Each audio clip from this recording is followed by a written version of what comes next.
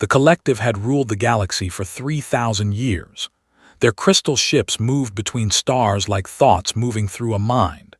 They were old, they were wise, and they believed they knew everything about the known universe.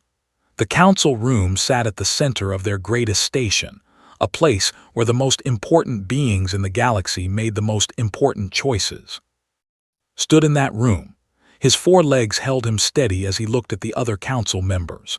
They were there, their skin clear like glass and soft light moving inside them. The generals were there too, their hard bodies covered in thick armor made from metal they had created themselves. There were many others, different species from different worlds, all gathered to keep the peace and order of the galaxy.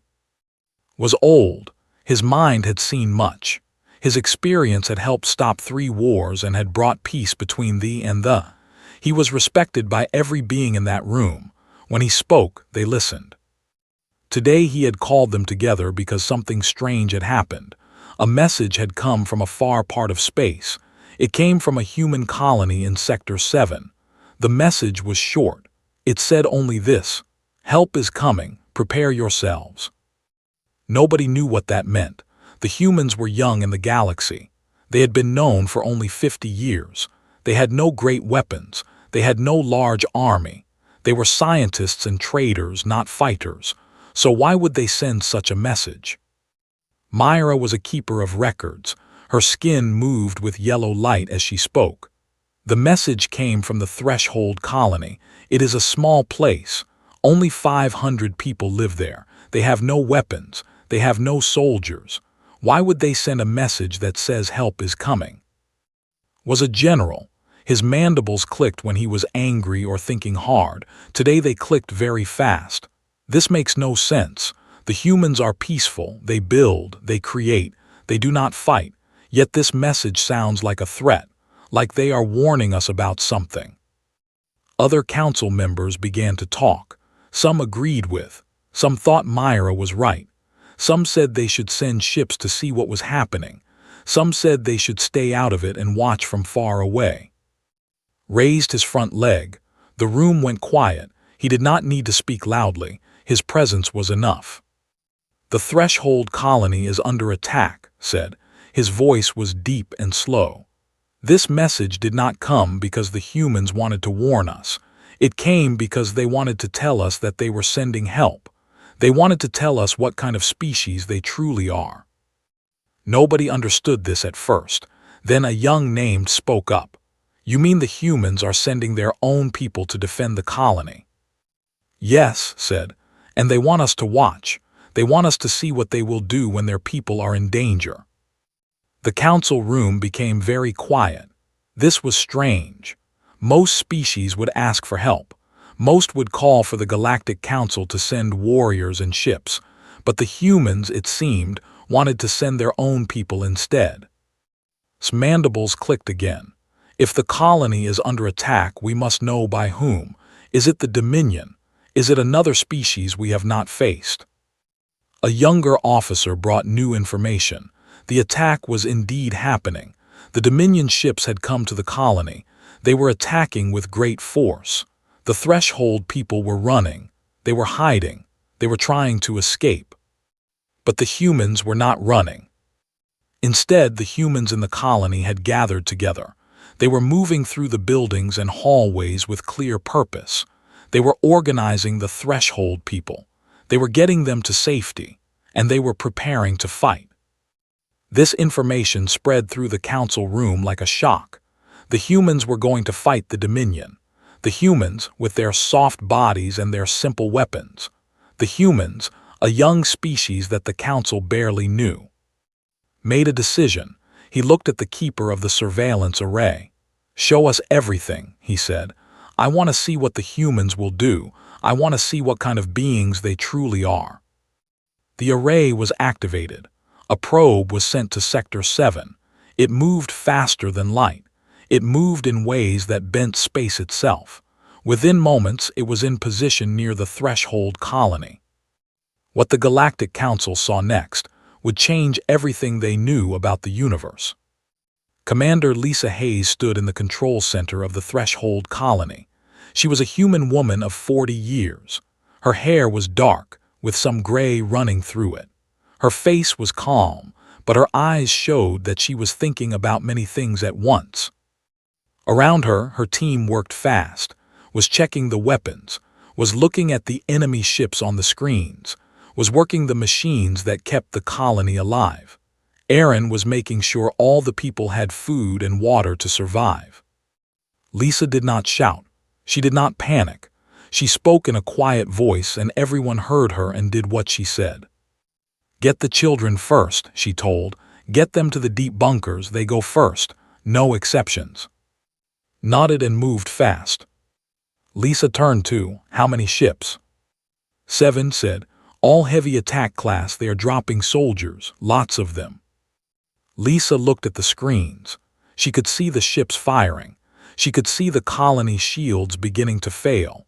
But she did not look scared. She looked like someone who had already known this would happen and had made her plans long ago. "Divert power from the north section to the east shield. We need to hold that side longer." His fingers moved across the control panel. "Done," he said. Aaron came running in. "The threshold leaders want to know what they should do. They are afraid. They do not understand why we are not leaving." Lisa looked at Aaron. "Tell them we are leaving. We are leaving together, but first we protect them. That is what we do. That is what humans do." In the Galactic Council chamber, and his peers watched this scene. They watched a young species, barely known in the galaxy, organized to protect others who were not their own kind. They watched humans move with purpose and skill. They watched humans make hard choices about who lived and who fought. His mandibles had stopped clicking. He was still. He was watching. Myra's skin had stopped moving. The light inside her had frozen. She was watching too. And, ancient and wise, looked at the images and understood something that would take the rest of the galaxy years to learn. He understood that the humans were different. They were something new. They were something that the galaxy had never seen before. He looked at all the council members gathered in that room. "Send the surveillance array data to all stations," he said. "I want every being in this council to see what happens next. I want them to see who the humans truly are." And so the watching began. And so the galaxy would learn the truth about the from Earth. The soldiers came through the broken doors like a tide of metal and muscle. They were tall, with skin that was hard and gray. Their weapons made sounds that hurt the ears. The threshold people had built their colony to be peaceful, not to withstand war. Now that peace was being torn apart. Lisa Hayes did not hesitate. She had prepared for this moment. She had studied for years. She knew how they fought. She knew what made them strong. She also knew what made them weak. "Target the power lines on the north corridor," Lisa said into the communication system. "When she does, shut down the temperature control in that section. Make it cold, very cold." His fingers moved. Her gun turrets fired. The power lines exploded in showers of light. Within seconds, the north corridor became freezing. The soldiers who had been advancing through that corridor stopped. Their armor was designed for hot battles. Cold was not something they expected or wanted. The soldiers changed direction. They moved toward the east corridor instead. This was exactly what Lisa wanted. She had made a map of the colony in her mind. She knew every hallway. She knew every room. She knew where she could slow down an enemy. "You see what I am doing?" she asked. "Yes," said. His voice came through clear. "You are making them choose the way you want them to go." "Correct," Lisa said. "We cannot beat them with strength. They are stronger than us. Their weapons are better than ours, but they are also simple in how they think. They see a path, they take it. They see an enemy, they attack. We use that against them." Was in the evacuation section now. He was making sure the threshold people got into the transport ships. There were many old ones. There were many young ones. There were families who did not want to be separated. Moved between them, speaking to them gently, telling them everything would be fine. He was lying. He did not know if everything would be fine, but these people needed hope, so he gave them hope.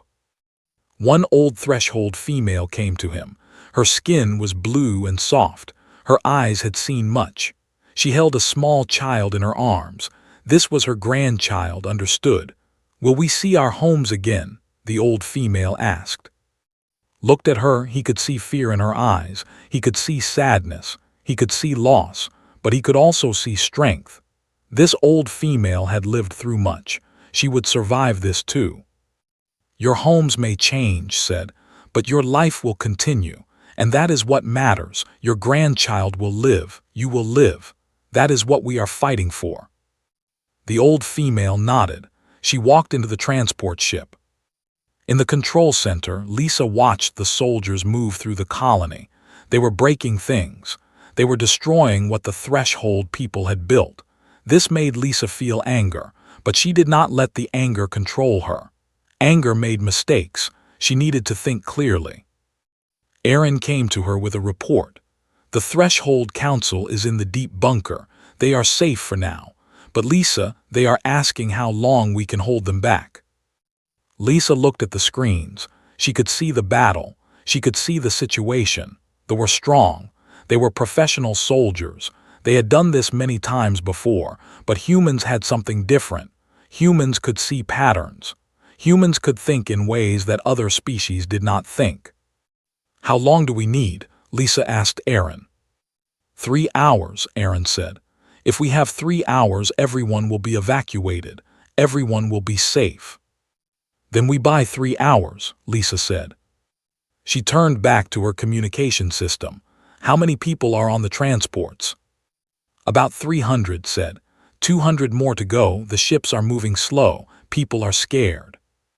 "Tell them to move faster," Lisa said. "Every second counts." They were now pushing into the main section of the colony. They were cutting through walls. They were burning through doors. They were moving with purpose. The threshold people who had not evacuated were hiding in small rooms, hoping they would not find them. But Lisa had a plan for this too. "Fire on the water tanks in Section 3, she said. "That will cause flooding," said. "Yes," Lisa said, "and it will push the soldiers towards Section 4, which has a narrow corridor. Narrow corridors are good for humans, bad for, they are bigger than us. They cannot move fast in small spaces." Fired, the water tanks burst. Water flooded through Section 3.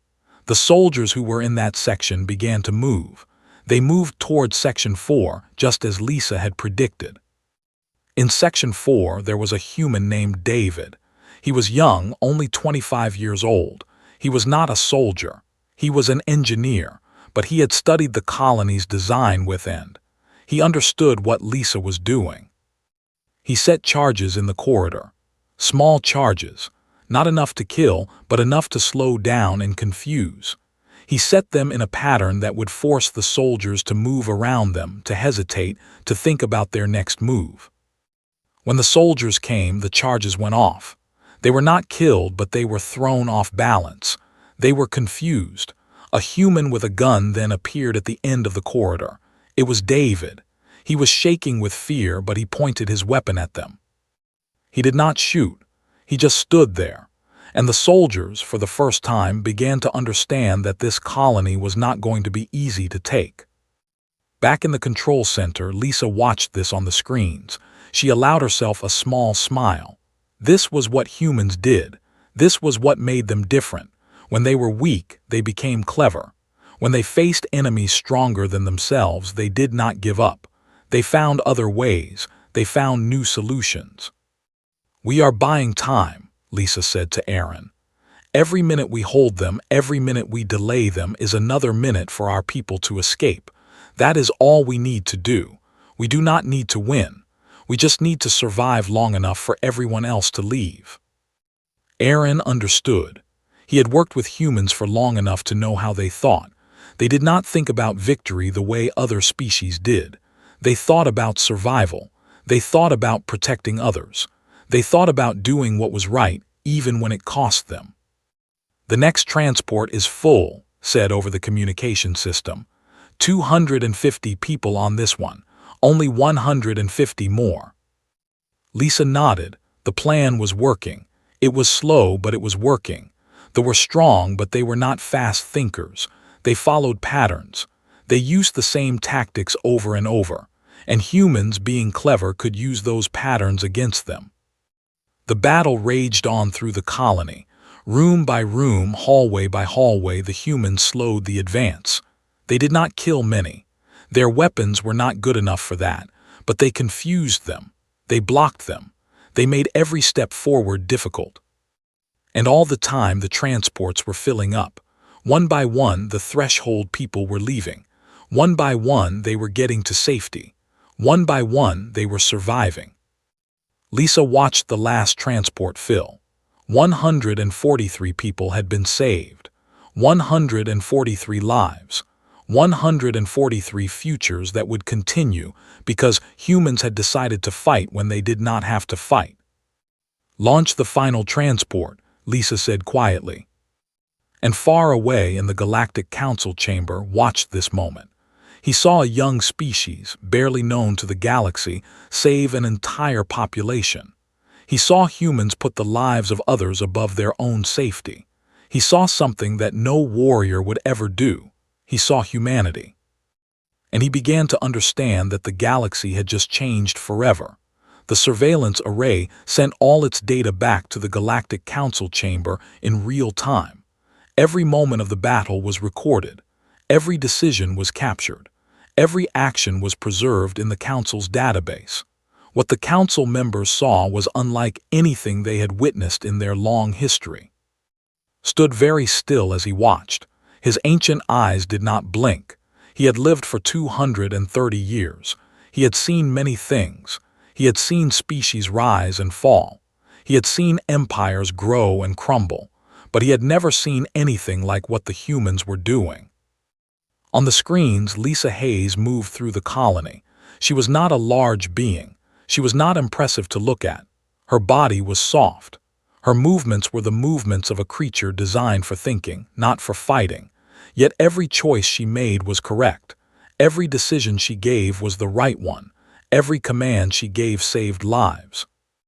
Myra, the record keeper, made a sound that showed her shock. Her skin flickered with colors that meant confusion and fear and wonder all at once. "The humans," she said, "they are using a tactical system I have never seen before. They are not trying to win the battle. They are trying to delay it. They are trying to buy time." "Exactly," said. His voice was calm, but there was something else in it too. There was respect. There was recognition of something important happening. They expect all species to fight like they do. They believe that battle is about strength and power and force. The humans understand something different. They understand that sometimes, to win, you must change what winning means. The general moved closer to the screens. His mandibles clicked slowly. He was no longer skeptical. He was fascinated. "The humans are not trying to defeat he said. They are trying to let their people live. The battle is not the goal.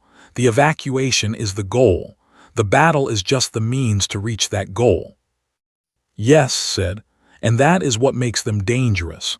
Not because they fight better, but because they fight for something. They fight to protect. The fight because they want to conquer.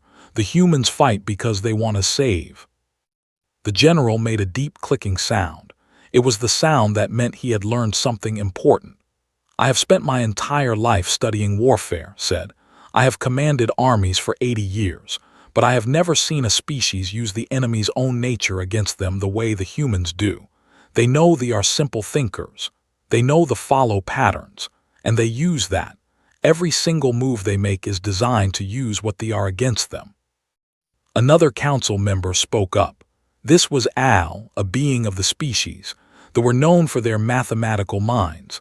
They understood systems and patterns better than almost any other species. Al leaned forward, watching the screens with intense focus. "The human named," Al said, "is calculating the exact moment when they will shift their attack pattern. She is predicting their behavior, and she is correct. Every single time she predicts what they will do 3 moves in advance. How is this possible?" "Because she understands how mind works," said. "They think in lines. They move forward until they are stopped, then they move in a new direction. has learned this. She uses it. She makes them do what she wants them to do by letting them think they are making their own choices. As they watched, something remarkable happened. The human named Aaron was working with the Threshold people in the evacuation bunker. A young Threshold child had become very sick from fear and stress. The child was no longer moving. The child looked like it would not survive the journey to the transport ship. Aaron did not simply carry the child. That would have been the logical choice. Instead, he sat with the child. He held the child's hand. He spoke words that had no meaning to the Threshold species, but the tones of his voice meant comfort and safety. He spoke about his own home world. He spoke about other children he had known. He spoke until the child's breathing became slower and calmer. When the child finally moved again, it walked beside Aaron instead of being carried. Aaron had not just saved the child's body, he had saved the child's spirit. Myra's skin became very bright. "Did you see that?" she asked. The human was not trying to be efficient, he was trying to be kind. He took extra time when time was the most valuable thing they had. "That is another part of what makes them different," said. "Humans do not measure everything in numbers. They understand that some things cannot be measured. They understand kindness. They understand care. They understand love." The battle continued to rage through the colony. The soldiers were now frustrated. They had been in the colony for more than an hour and they had not won. A simple colony with soft beings and weak weapons should have fallen in minutes, but it had not fallen. The humans had made it strong. The commander, a being named, was growing angry. He sent more soldiers. He ordered more attacks. He began to use weapons that were bigger and more dangerous, but Lisa Hayes was ready for this too. She had anticipated that they would become more violent as they became more frustrated. She had made plans for this moment. When the bigger weapons came, the humans moved the evacuees to deeper shelters. When the more powerful attacks came, the humans redirected the colony's shields to protect the evacuation areas. Every single time, the humans seemed to know what was coming. Every single time, they were prepared. In the council chamber began to understand something. He looked at with new respect. "You knew this would happen," the general said. "You knew that the humans would do something remarkable. That is why you wanted us to watch." "I suspected," said. "I have studied the humans since they joined the galaxy. I have read their histories. I have learned how they think. I believed they would be different, but I did not know how different. None of us knew." Al was still calculating. The mathematician's eyes moved across the data streams. "Based on what we are observing," Al said slowly, "the humans have a probability of successful evacuation of 92.4%. They have a probability of victory of 7.6%. The humans have changed the outcome of this battle completely, and they do not even understand what has happened to them." Myra's skin was shining with bright yellows and greens. "They are beautiful," she said softly, "not in appearance, but in what they are. They are beautiful in how they think, in how they act, in how they choose to be." The council chamber was silent for a moment. Every being in that room was understanding something profound. They were understanding that the galaxy had just encountered something new, something important, something that would change everything. Lisa Hayes did not know about the council watching. She did not know that the eyes of the greatest power in the galaxy were fixed upon her. She only knew that there were people who needed to be saved. She only knew that there was work to be done. As the final evacuation ship was being loaded, Lisa received a message. It was from the Galactic Council. It was simple. It said that the council was watching. It said that the council was impressed. It said that the council wanted to talk to her. Lisa did not have time to think about what that meant. She had more people to save, more time to buy, more work to do. The council would have to wait. The people in danger would not wait. And in watching this, understood the final truth about the humans. They were not impressive because they were strong. They were impressive because they knew what mattered. They knew that people mattered more than pride. They knew that saving others mattered more than being recognized. They knew that doing what was right mattered more than anything else. The galaxy had just met its future. The evacuation ships were launching one by one. Each ship carried the threshold people toward safety. Each ship carried hope toward a future. Lisa watched the launch confirmations come through on her screens. 200 saved, 400 saved, 593 saved. Almost everyone was gone. They were close now. Lisa could hear the sounds of their weapons. The walls shook with the force of their attacks. The colony was breaking apart around her. It was only a matter of time before they broke through to the main control center.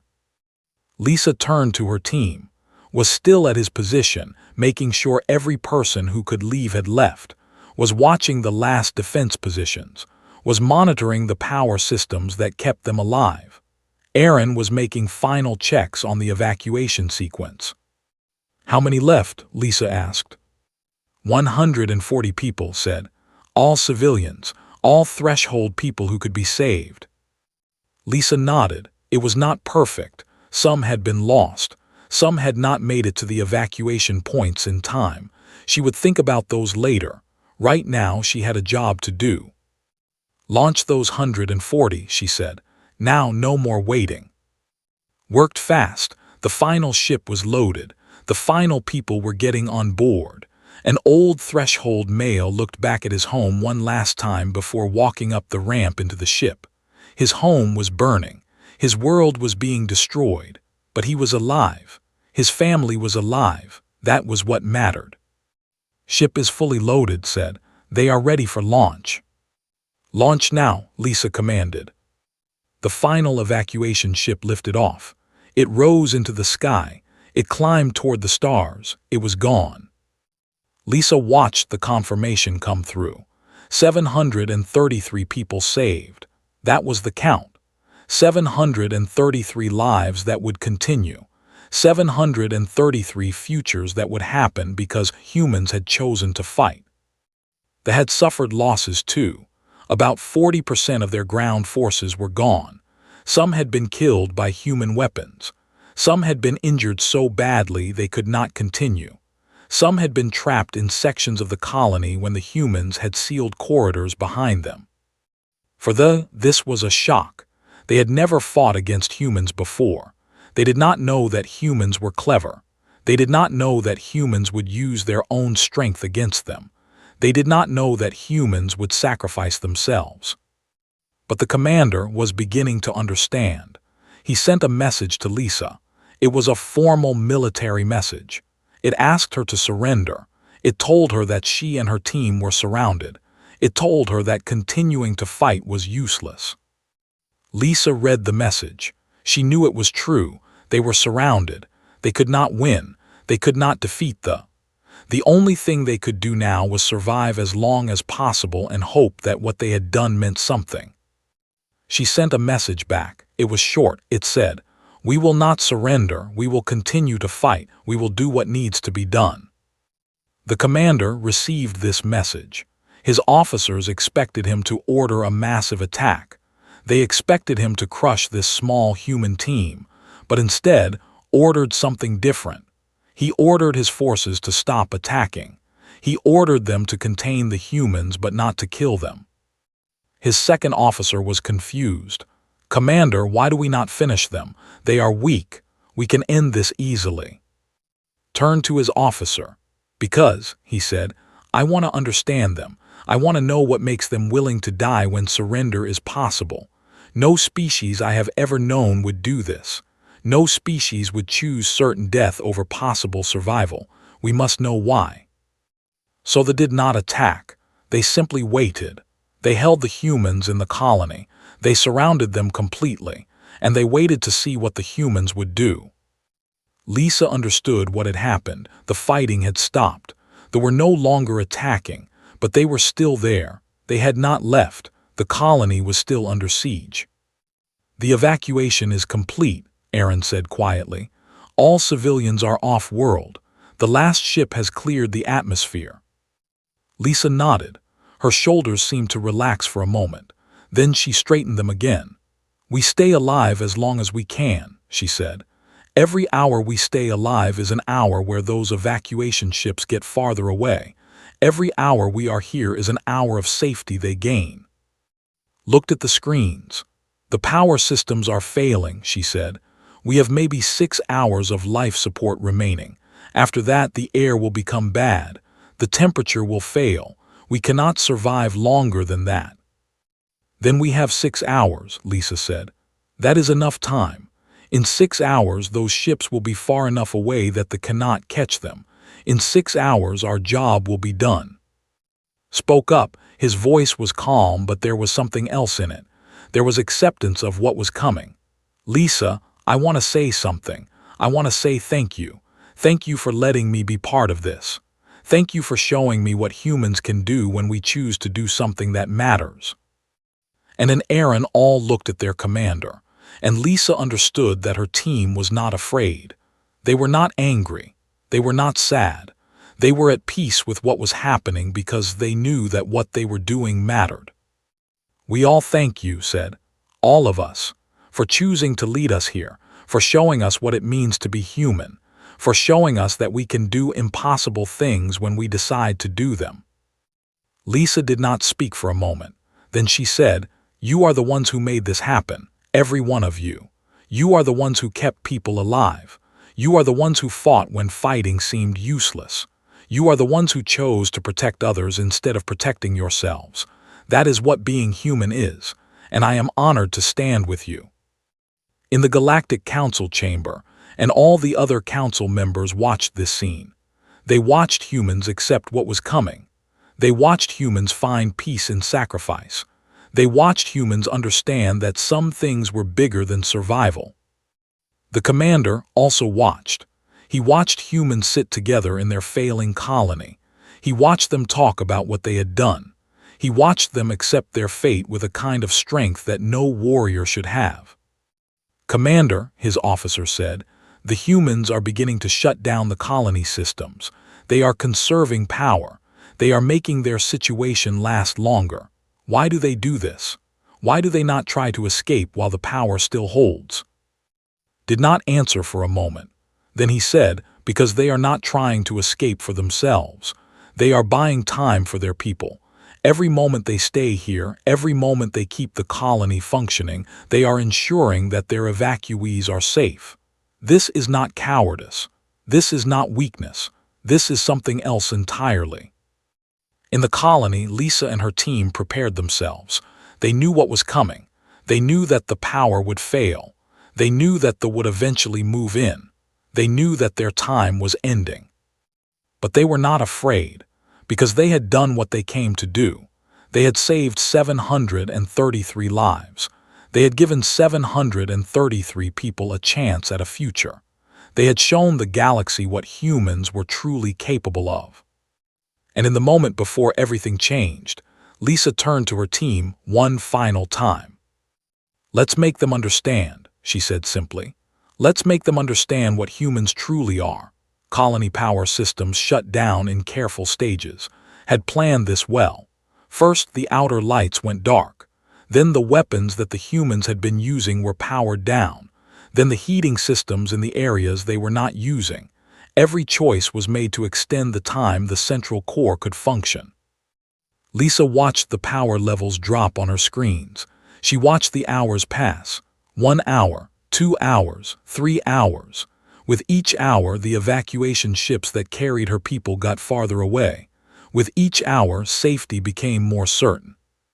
At hour 4, they began to probe the outer sections of the colony. They were testing defenses.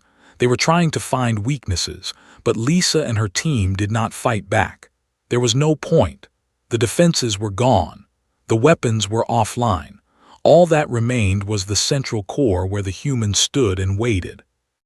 Lisa moved through the colony one final time. She walked the hallways where threshold children had played.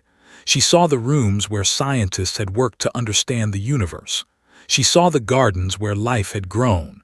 Now it was all quiet. Now it was all dark. Now it was all waiting for the end. She came to a viewport.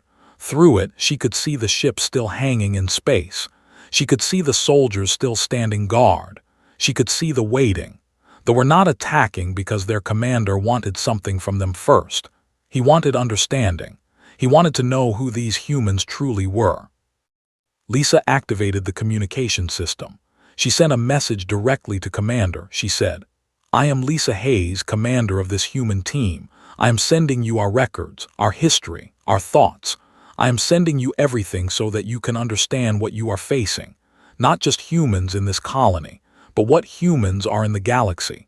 Send this information to the Galactic Council. Let them know that we chose to protect others instead of protecting ourselves. Let them know that we found strength in sacrifice." The message went out. It carried with it the complete history of humanity on this colony. It carried the evacuation records. It carried the tactical decisions. It carried everything that showed how humans had chosen to fight and how they had chosen to do it. Received this message. He read it carefully. He studied the records. He understood that the human commander was leaving a record. She was leaving a story. She was leaving proof of what her species could do. He sent the message to the Galactic Council, exactly as Lisa had asked. In the council chamber, received the transmission. He read Lisa's words. He watched the tactical records. He saw every decision that had been made, and he understood completely what this meant. "Send this to every being in the galaxy," said. His voice was quiet, but it carried absolute authority. "Send this to every species we know. Let them see what humans are. Let them see what this young species has chosen to do. Let the galaxy know that we were wrong. We thought humans were young and weak. We thought they would not matter in the galaxy. We were wrong." Myra's skin was glowing bright colors, colors of respect, colors of honor. "What will happen now?" she asked. "Now," said, "everything changes. The galaxy has just learned that there is a species among us that thinks differently. A species that chooses what is right instead of what is easy. A species that protects others instead of conquering them.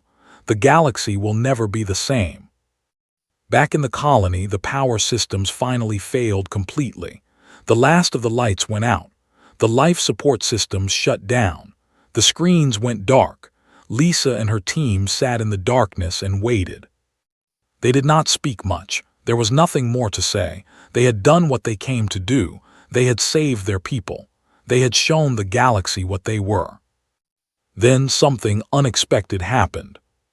The soldiers moved in, but they did not attack. Instead, they came carefully. They came respectfully. They came to take the humans into custody, not to kill them, but to keep them alive. Had made a decision. These humans had shown him something that no warrior should ever see. They had shown him that there was something more important than victory. They had shown him that protection was more honorable than conquest. He would not kill them. He would bring them before the Galactic Council. He would let the galaxy judge them and honor them properly. As the human team was taken from the colony, Lisa looked back one final time. She saw the home that the Threshold people had built. She saw the place where so many had been saved. She saw the place where humans had chosen to be brave. Days later, the evacuation ships reached a safe station. The Threshold people walked off the ships. They were alive. They were safe. And they began to tell their story to everyone who would listen. An old Threshold male named spoke to the gathered crowds. "These humans," he said, "they did not know us well. We had only worked together for a few years. But when our lives were in danger, they did not leave us. They did not save only themselves. They saved us all. They showed us what it means to truly care about others. They showed us what it means to truly be good." In the Galactic Council chamber, something remarkable was happening. Every being in that room had seen the records. Every being had watched the humans fight. Every being had understood what Lisa Hayes and her team had chosen to do. The spoke first. Myra said, "We must invite these humans into the inner council. They have shown us wisdom that we had forgotten. They have shown us how to protect instead of just how to rule." The general agreed. "I have spent my life studying warfare," he said, "but I have never seen warriors like these humans. They fought not for glory. They fought not for conquest. They fought because it was right. We must honor them. Even the ancient mathematician Al spoke. I can calculate probability, Al said.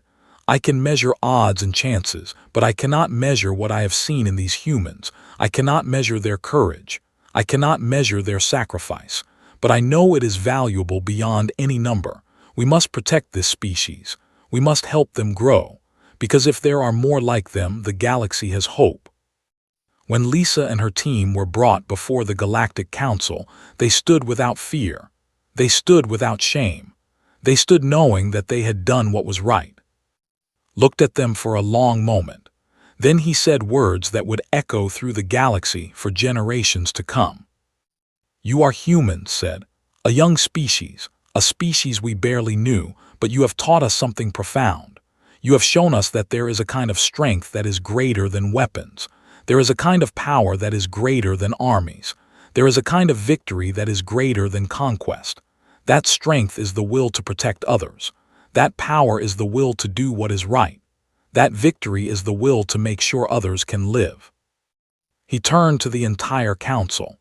I am proposing that humanity be recognized not just as a member of the galactic community, but as full partners, full equals, a species whose wisdom we will seek, a species whose friendship we will value, a species whose protection we will have because we understand that any galaxy would be better with humans in it. The vote was immediate and unanimous. Every single being in that chamber voted yes. Humanity had arrived in the galaxy, not with weapons or conquest, but with something far more powerful. Humanity had arrived with the will to protect. Humanity had arrived with the will to do what was right. Humanity had arrived with the will to make sacrifice mean something. In the darkness of space, far away from any world, Commander Lisa Hayes sat in a holding cell. She did not know about the council vote. She did not know about her species being honored. She did not know what would come next. But she knew one thing. She knew that her people were safe. She knew that the threshold people were alive. She knew that what she and her team had done had mattered. And that was enough. That was everything. That was why she had chosen to fight.